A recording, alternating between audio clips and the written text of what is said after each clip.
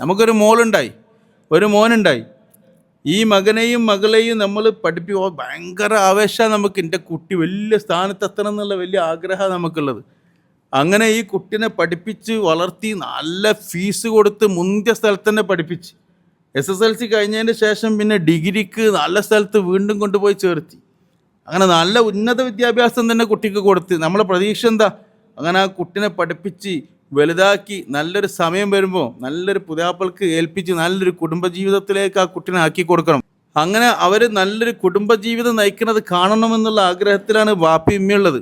അങ്ങനെ സമയാവാൻ അങ്ങനെ കുട്ടീൻ്റെ പഠനമൊക്കെ കഴിഞ്ഞ് കോഴ്സൊക്കെ കഴിഞ്ഞ് കല്യാണത്തിൻ്റെ പ്രായം എത്തിയപ്പോൾ വാപ്പിയമ്മ ആവേശത്തിൽ ഇങ്ങനെ നോക്കുകയാണ്, കുടുംബത്തിൽ നിന്നോ നാട്ടിൽ നിന്നോ വേണ്ടപ്പടി ഇവൾക്ക് യോജിച്ചൊരു കാര്യം. അങ്ങനെ നല്ലൊരു കാര്യം കിട്ടിയിട്ട് മോളോട് വന്നിട്ട് പറയും, മോളെ നല്ലൊരു കാര്യമുണ്ട്, നമുക്ക് നോക്കല്ലേ എന്ന് ചോദിച്ചപ്പോൾ വലിയ വിദ്യാഭ്യാസമുള്ള മോളാണ്. മോള് പറയാണ്, don't worry about my marriage. എൻ്റെ കല്യാണവുമായി ബന്ധപ്പെട്ടിട്ട് നിങ്ങൾ എന്താണ്ട വിഷമിക്കേണ്ട ആവശ്യമില്ല. Already I have found.